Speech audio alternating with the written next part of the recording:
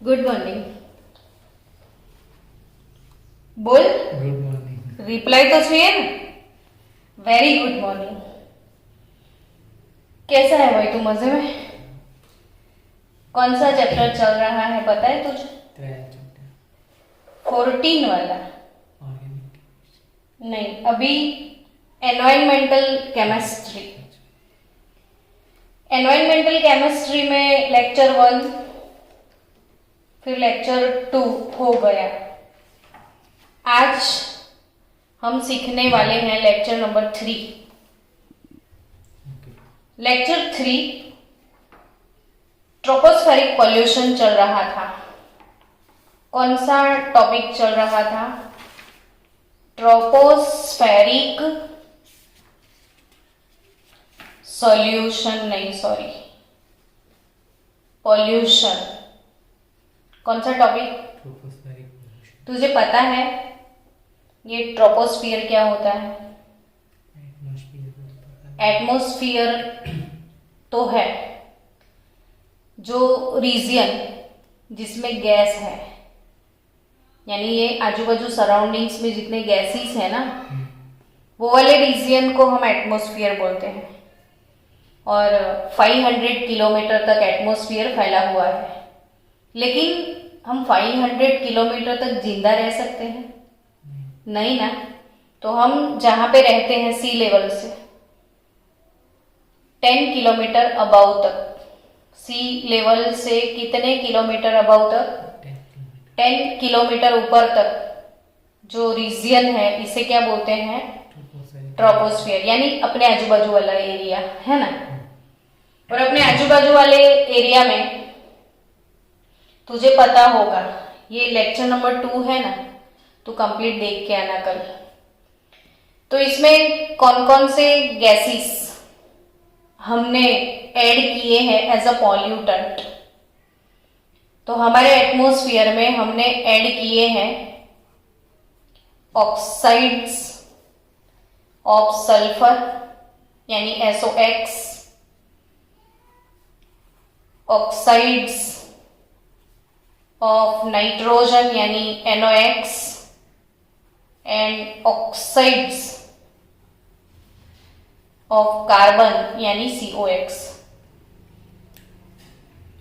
Second lecture का तो अच्छे से रिवीजन करके आना। मैंने ये सेकेंड लेक्चर में सिखाया है कि हम ट्रोपोस्फियर में जो पॉल्यूशन कर रहे हैं ना अभी हमारे सराउंडिंग्स में, इसमें सबसे ज्यादा पॉल्यूशन तुझे क्या लगता है किस चीज से हुआ होगा? नहीं, पॉल्यूशन ग्लोबल वार्मिंग से नहीं हुआ। ग्लोबल वार्मिंग पॉल्यूशन की वजह से हुआ। नहीं, तो मेरा क्वेश्चन क्या है, किस वजह से पॉल्यूशन हुआ ट्रोपोस्फियर में? व्हीकल्स की वजह से, सही टारगेट। और इंडस्ट्री की वजह से। व्हीकल की वजह से कैसे? बहुत पेट्रोल यूज होने है उसके वजह से। यस, सारे व्हीकल्स में क्या यूज होता है? पेट्रोल डीजल, यानी पेट्रोलियम प्रोडक्ट। और वो पेट्रोलियम मिलता कहाँ से है? फॉसिल फ्यूल्स में से। फॉसिल फ्यूल्स यानी लाइव जो लिविंग बॉडी थी ना, जो लिविंग ऑर्गेनिज्म थे, उनकी डेड बॉडी से मिला। यानी लिविंग टिश्यू में नाइट्रोजन, सल्फर, कार्बन तो होते ही हैं।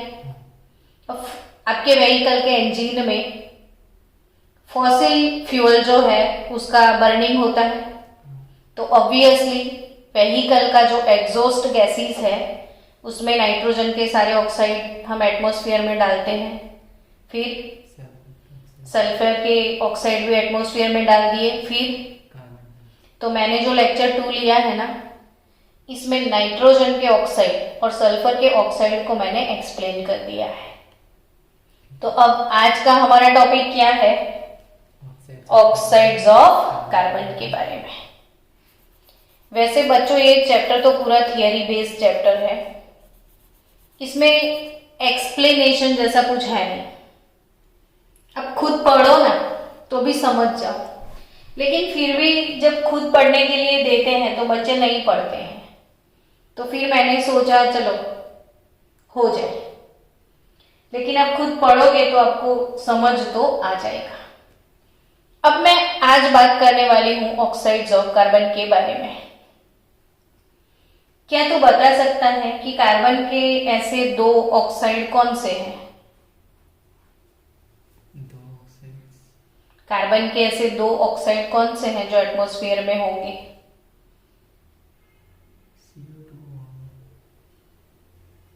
तो कार्बन का एक ऑक्साइड है CO और कार्बन का दूसरा ऑक्साइड है CO2।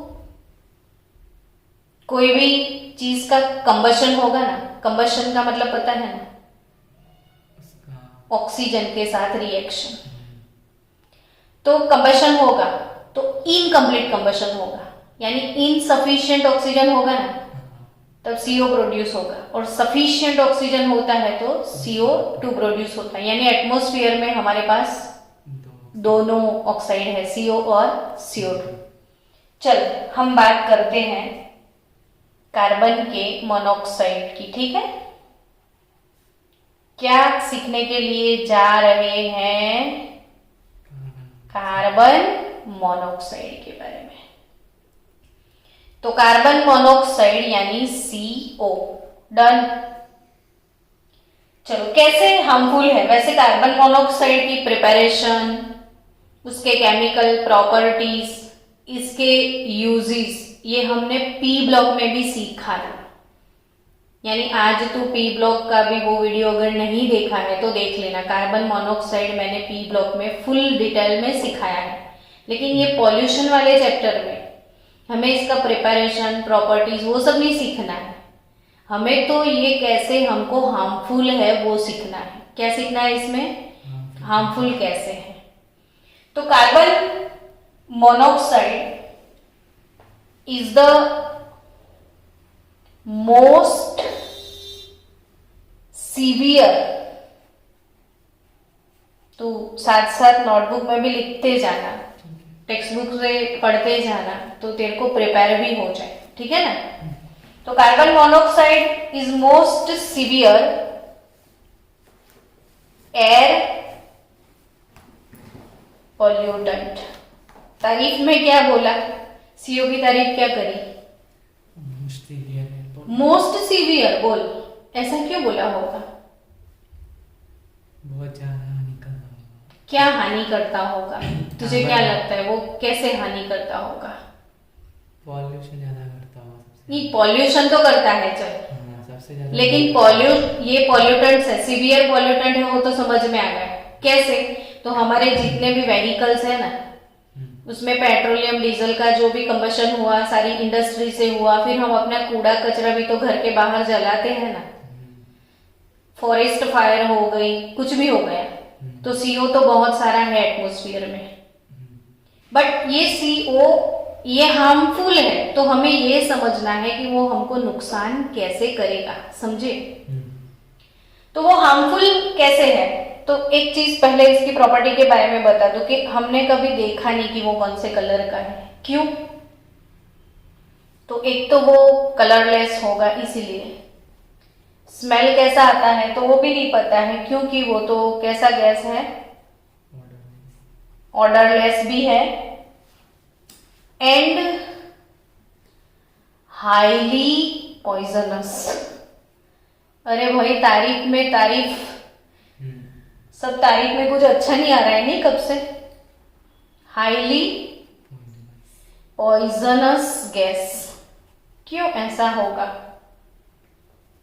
और मैंने इसके बारे में बताया कि प्रोड्यूस कैसे होता है।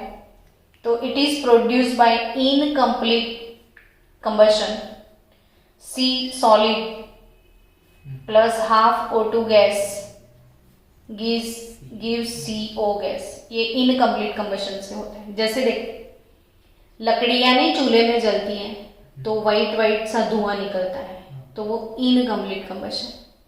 लेकिन आपके घर में जो कुकिंग गैस है ना, LPG वाला, उसका भी तो कंबशन होता है, घर में भी खाना पकता है, तो गैस के फ्लेम से धुआं निकलता है? नहीं निकलता है, तो वो कंप्लीट कंबशन। तो आपकी गैस का जो फ्लेम है ना, तो किचन में जो गैस निकलेगा वो कौन सा? CO2, और चूल्हे की लकड़ी से वो गैस निकलेगा, वो कौन सा, CO गैस। आपको चूल्हे की लकड़ी से जो निकलता है ना, वो इनकम्प्लीट कंबशन में समझ में आ ही गया। और उसके ऊपर आप कोई बर्तन वगैरह रखो ना, तो पीछे बहुत सारा ब्लैक ब्लैक हो जाएगा। गैस पे ऐसा नहीं होता है, तो ये ब्लैक, कार्बन ब्लैक भी इसमें मिलता है। तो ये इनकम्प्लीट कंबशन, ये कंप्लीट कंबशन। इनकम्प्लीट कंबशन से CO पैदा होता है। अब CO कैसे हार्मफुल है मैं वो समझाने जा रही हूँ, लेकिन एक दो बातें जो उसकी है वो मेंशन कर देते हैं कि CO is added to atmosphere from the exhaust of vehicle. वो कब से बता रही हूँ मैं? आज आप एकदम नई नई गाड़ी लेके आए, शोरूम से अभी फ्रेश कार आपने खरीदा या फ्रेश एक्टिवा आपने खरीदी, तो अब घर तक जाओगे ना, तो उसका जो फायरिंग है ना गाड़ी का, पता ही नहीं चलेगा कि गाड़ी चालू है या बंद नहीं, कितना स्मूथ गोइंग होता है। अब सोच लो कि 4-5 साल उसको हो गए, और फिर वो गाड़ी ब्रिज पे चढ़ोगे ना, डॉ डॉ डॉ, कितना नॉकिंग होता है इंजन में, यानी वो इंजन इसका खराब हो गया। क्योंकि हमारे इंडिया में तो पेट्रोल भी प्योर तो आता ही नहीं, उसमें भी बहुत सारा एडल्ट्रेशन होता है। अब वो, हाँ, और अब इंजन की कैपेसिटी धीरे धीरे तो खराब होगी, तो फिर कंप्लीट कंबशन नहीं होगा, कैसा होगा, इनकम्प्लीट। और कौन सा गैस चला जाएगा एटमॉस्फेयर में, CO। तो एटमॉस्फेयर में CO इंडस्ट्री से जाता है, हम कूड़ा कचरा जो भी जलाते हैं उससे जाता है, फिर ये व्हीकल से जा रहा है। यानी व्हीकल्स तो अब सोचो ही मत, इतने हैं ना, तो कितना सारा CO एटमॉस्फेयर में होगा, ठीक है। अब वो CO, तो उसकी हार्मफुल इफेक्ट क्या है वो ही मुझे मेन आपको सिखाना है। क्या सीखना है आज? इसकी हार्मफुल इफेक्ट। चलो, आप रेस्पिरेशन करते हो, है ना, तो गैस कौन सा यूज करते हो रेस्पिरेशन में? कहाँ से? नोजल से। तो एटमॉस्फेयर है, उसमें से आपने गैस को इनहेल किया, तब तो सारे गैसेस जाएंगे ना।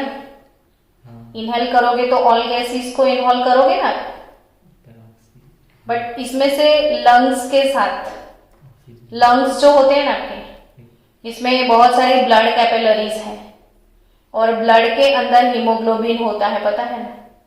और ब्लड का हीमोग्लोबिन ऑक्सीजन के पार्शियल प्रेशर के साथ मैच करता है, इसलिए हीमोग्लोबिन के साथ खाली कौन सा गैस कॉम्प्लेक्स बनाता है? ऑक्सीजन। और बाकी सारे जो गैसेस है, जो सारे गैस आपने लिए थे, वो Hb से रिएक्ट नहीं कर पाएंगे, यानी वो जब एक्सहेल करोगे तो सारे गैसेस बाहर निकल जाएंगे।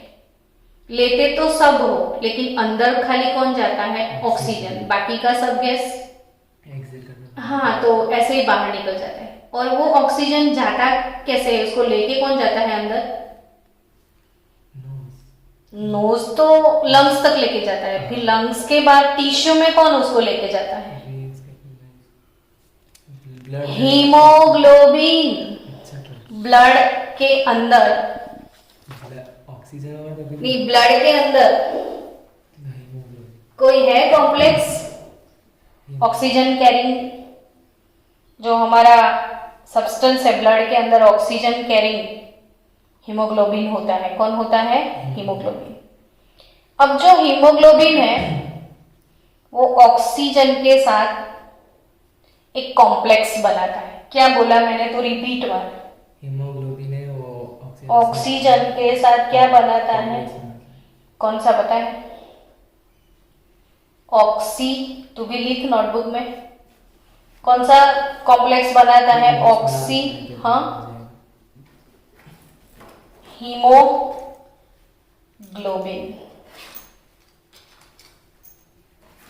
समझ में आया? ऑक्सीजन किसके साथ कॉम्प्लेक्स बनाता है? हीमोग्लोबिन के साथ। कौन सा कॉम्प्लेक्स? Oxy haemoglobin. अब समझ कि CO कहीं हमारे जो इनहेल करते हैं उसमें कौन सा गैस चला गया? CO गैस, और उसकी कंसंट्रेशन थोड़ी ज्यादा है। तो हीमोग्लोबिन जैसे ऑक्सीजन के साथ कंपाउंड बनाता था, ऐसे हीमोग्लोबिन को CO भी पसंद है। तकलीफ हमारी ये है, समझ में आया? कौन सी तकलीफ है कि ये कार्बन मोनोऑक्साइड किसके साथ कॉम्प्लेक्स बनाता है? हीमोग्लोबिन के साथ, और वो कॉम्प्लेक्स का नाम होगा कार्बोक्सी हीमोग्लोबिन। ठीक है, अब आपको याद रखने वाली बात कि अगर इसका कंसंट्रेशन 3 to 4% जितना ब्लड में हो गया कार्बन मोनोऑक्साइड का, कितना कंसंट्रेशन बढ़ जाएगा? 3 to 4% जितना भी, तो फिर ये हीमोग्लोबिन ऑक्सीजन को छोड़ देगा और किसको पकड़ लेगा? कार्बन मोनोऑक्साइड को। और ये वाला जो कॉम्प्लेक्स है ना बच्चा, कार्बोक्सी हीमोग्लोबिन कॉम्प्लेक्स, ये वाला कॉम्प्लेक्स ऑक्सी हीमोग्लोबिन से 300 टाइम्स मोर स्टेबल है। अरे बाप रे, ये तो कभी सोचा ही नहीं था। हम तो सोचते थे कि हीमोग्लोबिन को ऑक्सीजन से प्यार है सिर्फ, ये तो उल्टा हो गया। उसको तो हीमोग्लोबिन को तो ऑक्सीजन से ज्यादा कौन पसंद है? सीओ पसंद है। और जब सीओ आ रहा है तो वो किसको छोड़ देगा? किसको उठा लेगा? और उसके साथ कॉम्प्लेक्स जो बनता है इससे कितना बेटर है? 300। एग्जैक्टली। तो अगर इसका कंसंट्रेशन बढ़ने लगे, वो आप जो भी गैस इनहेल कर रहे हो उसमें जाने लगा, तो फिर तो ये इसको छोड़ देगा, इसको पकड़ लेगा। यानी ब्लड की जो ऑक्सीजन कैरिंग कैपेसिटी थी ना, वो तो डाउन हो गई। और पूरे सेल में, हमारे पूरे बॉडी में, सब सेल में हम O2 सप्लाई करते थे, इसके बजाय हम क्या सप्लाई कर दिए? और सारे सेल को थोड़ी देर में, और आपको पता है ना कि आपकी बॉडी में ऑक्सीजन कितना फास्ट स्प्रेड होता है, 1-2 मिनट में तो पूरी बॉडी में चला जाता है। तो 1-2 मिनट में पूरी बॉडी में ऑक्सीजन के बदले CO चला जाए, तो 5-10 मिनट में तो अब खत्म हो जाओ। इसलिए इसकी तारीफ में वो highly poisonous, highly toxic, severe pollutants, ऐसी तारीफ लिखी है। तो समझ में आ गया कि ऑक्सीजन के बदले इसको किससे प्यार है? CO से। और अगर कहीं इसका कंसंट्रेशन 3 to 4% जितना बढ़ गया तो oxygen carrying capacity of blood वो रिड्यूस हो जाएगा, and it causes headache, weak eye sight. क्या क्या प्रॉब्लम आ सकती है? हेडेक होगा। हेडेक के साथ क्या हो सकता है? तो वीक आई साइट, यानी आप देखना कम हो जाएगा, तो आप देख नहीं पाओगे। वीक आई साइट के साथ साथ कार्डियोवास्कुलर डिसऑर्डर चालू हो जाएंगे, हार्ट अटैक भी आ सकता है। तो कार्डियो वास्कुलर डिसऑर्डर होने लगेगा, और फिर और बढ़ गया तो समझो अल्टीमेटली डेथ, है ना? तो ये बहुत गंदा गैस है, वो बात तो डिसाइड हो गई। अब CO produced, C capital, produced during smoking. Cigarette smoking की बात सुनी है ना आपने? कोई सिगरेट पीता है ना, तो ऑब्वियसली जैसे लकड़ी जलती है तब जो धुआं निकलता है, वैसा सेम स्मोक प्रोड्यूस होता है।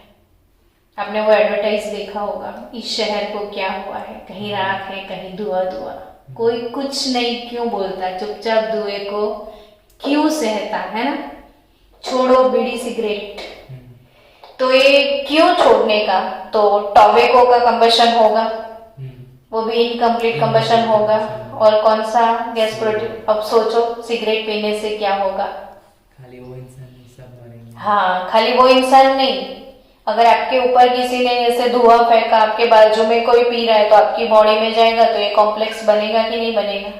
तो आपको ये सारे प्रॉब्लम होंगे कि नहीं होंगे, है ना?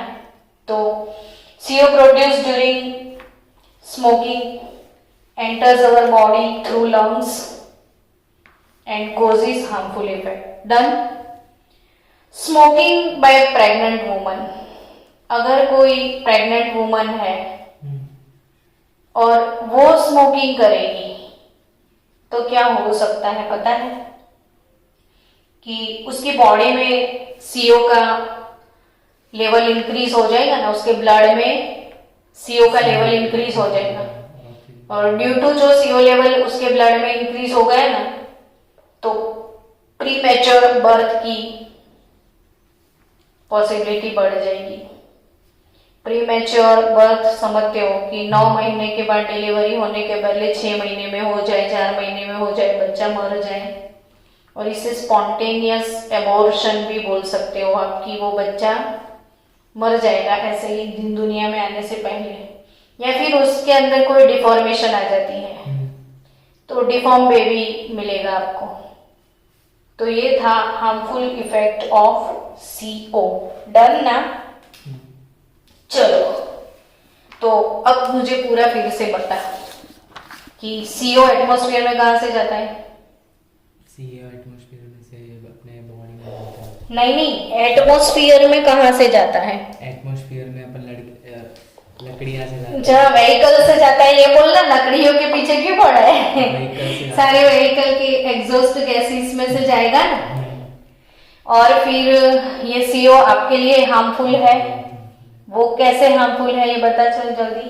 क्योंकि वो 300 टाइम्स मोर स्टेबल होता है। यस, अगर वो आपके तो यस आपके ब्रीदिंग में चला गया, अपने गैसेस जो इनहेल की इसमें सीओ चला गया, तो एक तो वो कलरलेस है, ऑर्डरलेस है, आपको पता ही नहीं चलेगा कि गया, और वो तो फिर ऑक्सीजन कैरिंग कैपेसिटी ब्लड की डाउन कर देगा। तो हीमोग्लोबिन ऑक्सीजन के बदले किसको प्यार करने लग जाएगा? सीओ को। कौन सा कंपाउंड बनाएगा? Carboxy haemoglobin. और जब कार्बोक्सी हीमोग्लोबिन कंपाउंड बनेगा, वेट, हाँ क्या बात कर रहे थे कि सीओ कार्बोक्सी हीमोग्लोबिन कॉम्प्लेक्स जो बनता है वो 300 टाइम ज्यादा स्टेबल होता है, तो ब्लड की कैरिंग कैपेसिटी डाउन हो जाएगी, तो सारे बॉडी में सीओ फैल जाएगा, तो इंसान मर जाएगा ना ज्यादा कंसंट्रेशन पे। अब कौन सा गैस? CO2। CO2 टॉक्सिक नहीं है, क्योंकि ये तो वैसे भी हमारी बॉडी में खुद प्रोड्यूस होता है। हमने तो O2 लिया ना, और बाहर क्या निकाल दिया? CO2। और जैसे हमने बाहर निकाला, ये एनिमल लोग O2 लेके CO2 निकाल देते हैं, लेकिन वो CO2 को यूटिलाइज करता है प्लांट, और फिर वापिस O2 मिल जाता है। लेकिन हमने प्लांट्स को कट कर दिया, सारे ट्रीज हमने काट दिए, सारे फॉरेस्ट को हमने खत्म कर दिया, है ना?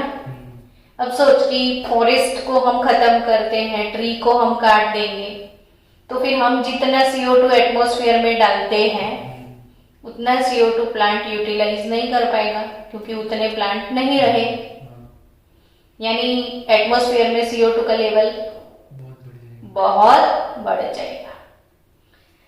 तो एटमॉस्फेयर में CO2 का लेवल बहुत बढ़ जाएगा। चलो पहले इसके बारे में थोड़ा बहुत लिख लेते हैं इंपॉर्टेंट बातें, और एटमॉस्फेयर में उसका लेवल बढ़ने से कौन कौन से इफेक्ट आएंगे वो मैं एक्सप्लेन करने के लिए जा रही हूँ। तो पहले समझ लो कि CO2 क्या है। तो ये तो भाई खुद भगवान ने दिया है ना हमको, तो नेचुरल कंस्टिट्यूएंट है, ठीक है? क्या है CO2? Natural constituent of air, है ना? और which is necessary for every vegetation, सबके लिए ना, सभी प्लांट को तो चाहिए ना बेचारे को जिंदा रहने के लिए।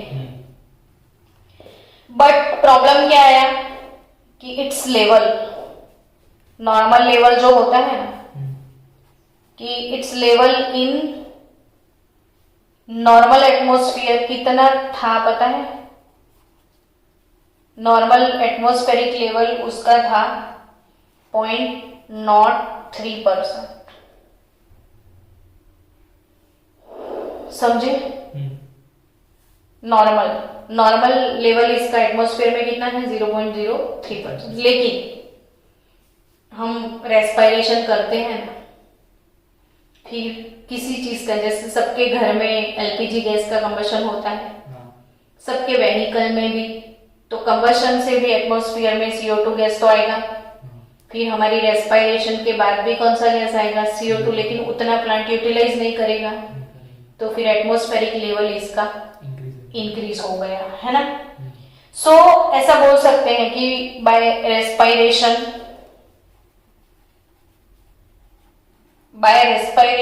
या फिर bye burning of fossil fuels,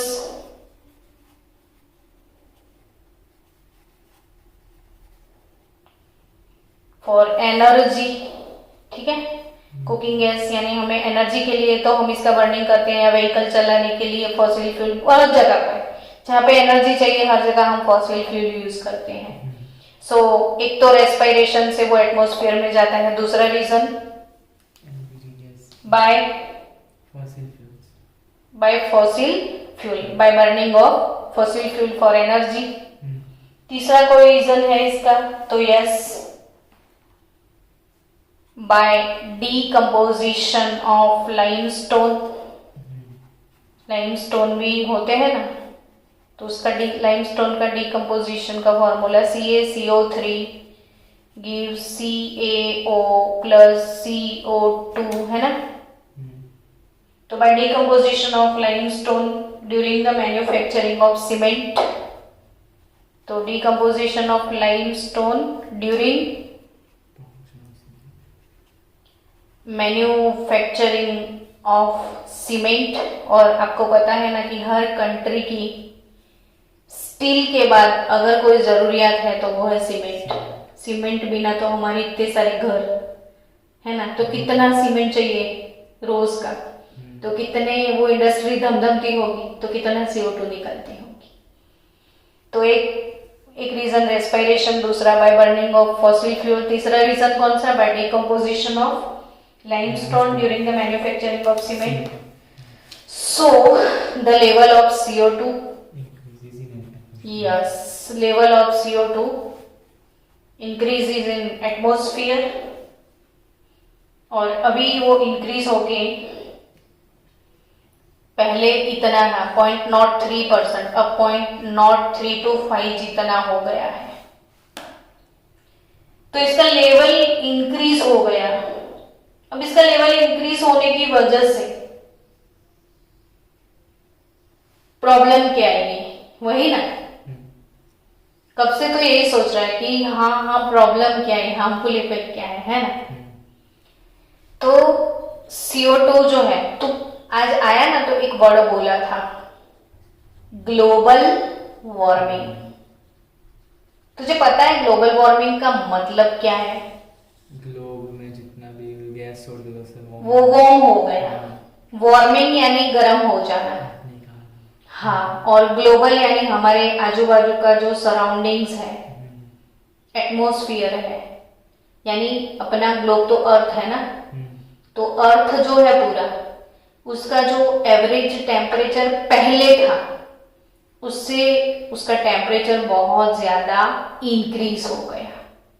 यानी जब हम अर्थ पे आए थे ना, ये सारे लिविंग ऑर्गेनिज्म अर्थ के ऊपर बने थे, आए थे, तब अर्थ का इतना टेम्परेचर नहीं था। लेकिन फिर हमने आके किया क्या? पॉल्यूशन ही पॉल्यूशन, सॉल्यूशन का पता नहीं क्या, पॉल्यूशन ही पॉल्यूशन, सॉल्यूशन का पता नहीं। और हमने आने के बाद इतना कुछ डेवलप कर लिया, और हमारी सेल्फिशनेस भी, बहुत सेल्फिशनेस, हमने नेचर के बारे में सोचा ही नहीं, हमने सिर्फ अपने बारे में सोचा। और हमारी ये जो डेंजरस एक्टिविटीज सारी थी, उसकी वजह से बहुत सारा CO2 एटमॉस्फेयर में चला गया, और CO2 जैसे भी बहुत सारे गैसेस हमने डाल दिए, क्लोरोफ्लोरोकार्बन्स, फिर हमने मीथेन गैस को डाल दिया, वाटर वेपर भी कितना डाल दिया, CO2 गैस डाल दिया। अब इसका लेवल इंक्रीज होता है ना, तो इसकी एक कैरेक्टरिस्टिक है कि जो सन, ये समझ कि ये सन है, ठीक है, सन से जो हीट ट्रांसफर होता है अर्थ पे, सन का हीट कहाँ पे ट्रांसफर होता है, अर्थ। अब अर्थ क्रस्ट के ऊपर तो धूप लगती है, तो वहां से रेडिएशन रिफ्लेक्ट होता है। ये मिट्टी है, सॉइल है, समझ, यहां से रेडिएशन का रिफ्लेक्शन, ये सनलाइट आया, फिर यहां से रिफ्लेक्ट हुआ, वो चला गया एटमॉस्फेयर में। एटमॉस्फेयर में CO2 गैस ऐसा गैस है जिसको ऐसी आदत है कि ये रिफ्लेक्टेड हीट को एब्जॉर्ब कर जाता है। क्या करता है, रिफ्लेक्टेड हीट को एब्जॉर्ब कर लेता है। अब समझ कि इसने एब्जॉर्ब कर लिया तो वो गर्म नहीं हो गया। अब वो एब्जॉर्ब करता है लेकिन अंदर से फेंकता नहीं है, बाहर रख लेता है, तो वो गर्म होता जाएगा वो मॉलिक्यूल, तो उसके आजू बाजू के सारे गैस भी गर्म हो जाएंगे। यानी हमारे अर्थ का जो एवरेज टेम्परेचर है वो धीरे धीरे बढ़ने लगा, और इसे हम क्या बोलते हैं, ग्लोबल वार्मिंग। तो पहले के जो पुराने जमाने के समर थे तो लोग एसी नहीं भी लगाते थे तो चल जाता था। अब का समर कैसा आता है, सोचो ही मत। नहीं, और आपने फील भी किया ना इस बार कि कभी भी बारिश आती है, वो मौसम वाला फंडा तो रहा ही नहीं, विंटर, मॉनसून, समर, बारिश तो हर मौसम में आती है। यानी वेदर पैटर्न जो था वो पूरा चेंज हो गया, तो पूरा वेदर पैटर्न बिगड़ा, दैट इज ग्लोबल वार्मिंग। तो ये CO2 गैस वो यूज होता है फोटोसिंथेसिस में, प्लांट इसको यूज करते थे, वो एक नेचुरल कंस्टिट्यूएंट था भी, प्रपोर्शन उसका कम था लेकिन, और हमने बहुत सारा CO2 एटमॉस्फेयर में ऐड किया और प्लांट को हमने कट कर दिया। फोटोसिंथेसिस होता है लेकिन उतना नहीं जितना होना चाहिए, तो हर साल जितना CO2 रिमूव होना चाहिए उतना CO2 रिमूव हो नहीं पाया, तो फिर CO2 की वजह से क्या प्रॉब्लम आ गई, ग्लोबल वार्मिंग का इश्यू आ गया। सो increase the level of CO2 is responsible for what, global warming। Clear है, ये कैसे हार्मफुल है वो समझ में आया। सो pollution effect due to gaseous pollutant in troposphere result in increased temperature of earth and cause acid rain also।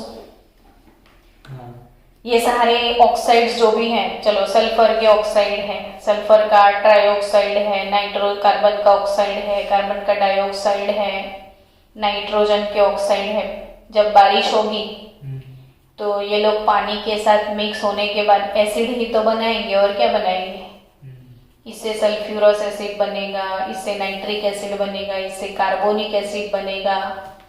और जब बारिश में एटमॉस्फेयर में जो इतने ऑक्साइड हमने डाल दिए, और वो सारे ऑक्साइड देखो नॉन मेटल के हैं, sulphur, carbon, nitrogen non metal है। नॉन मेटल के ऑक्साइड कैसे होते हैं, एसिडिक होते हैं। आगे ये सारे लेक्चर देखो, नॉन मेटल के ऑक्साइड कैसे होते हैं, और एसिडिक ऑक्साइड को आप पानी में डाल दो, पैदा क्या होगा, एसिड, तो एसिड रेन भी होगा ना। तो ये था ट्रोपोस्फेरिक पॉल्यूशन। हमने कौन से दो टॉपिक अभी कवर किए, carbon monoxide and carbon dioxide. अब एक छोटा सा टॉपिक है इसमें, ये जो ट्रोपोस्फेरिक पॉल्यूशन है इसमें वो है हाइड्रोकार्बन्स। ट्रोपोस्फियर में ये सारे गैसेस तो हमने डाल दिए, उसके अलावा भी हमारे व्हीकल एग्जॉस्ट या हमारी इंडस्ट्री, या तो जितना भी इंडस्ट्रीज है हमारा, वो सारी इंडस्ट्रीज ढगले केमिकल्स डाल रही है ना, तो वो केमिकल हमें कैसे हार्मफुल है वो समझ लेते हैं अभी।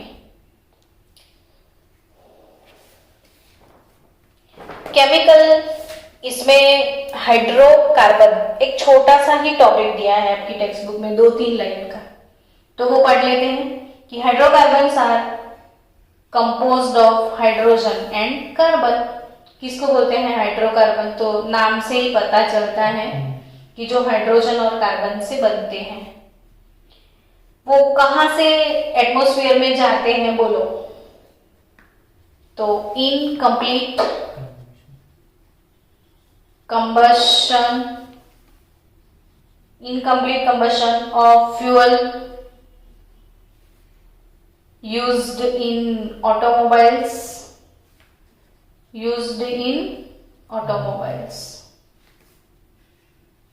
तो वहीं से ये गैस एटमॉस्फेयर में जाते हैं। एंड एटमॉस्फेयर में जितने भी हाइड्रोकार्बन जाते हैं वो पता है कैसे हैं? कार्सिनोजेनिक। अब मुझे ये बताओ कि कार्सिनोजेनिक वर्ड का मतलब क्या?